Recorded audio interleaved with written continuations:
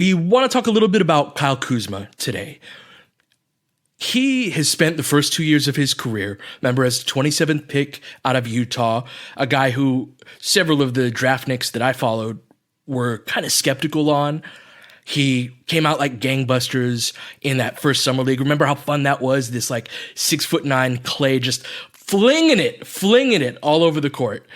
And he has this early chemistry with Lonzo, has this big rookie year, makes all rookie first team. This kid is just a bucket coming out of the gates, and nobody saw it coming. Even those who liked him didn't see him being able to do that.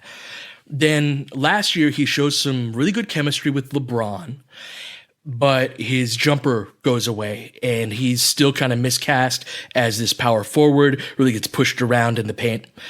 And we come into this year, he has this stress reaction in his foot, not entirely a stress fracture, but bad enough for him to miss a considerable amount of time. He missed Team USA, missed the training camp preseason, first several games.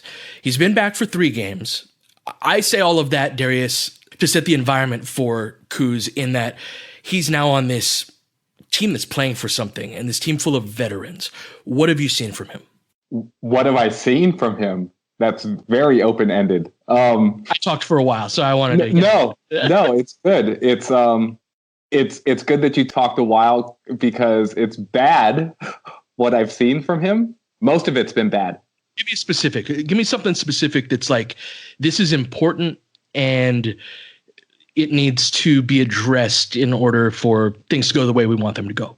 Well, he really hasn't been doing anything that well so far. His jumper's not falling. So let me take a step back. Everything that you said about Kuz is accurate in terms of his rise and sort of how he built his name. And a lot of the things that we saw from him that were positives were almost always placed against the caveat of he was the 27th pick in his draft class, right?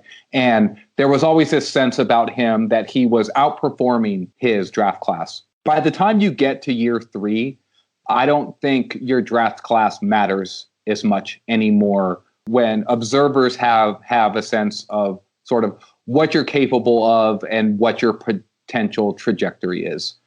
When we talk about Kuzma, I think one of the things that we often have done is try to properly balance the positives of his game with the negatives of his game. But those positives, like I said, were always sort of propped up by the fact of where he was drafted. And his negatives were always sort of framed within the context of the Lakers being this young team. So fast forward now to the point that you just made about the Lakers having something to play for this year. And what have I seen from Kyle Kuzma? What I've seen is a lot of the negatives from his game are carrying over, and the positives that you would want to see haven't yet resurfaced. I think his negatives are shining brighter.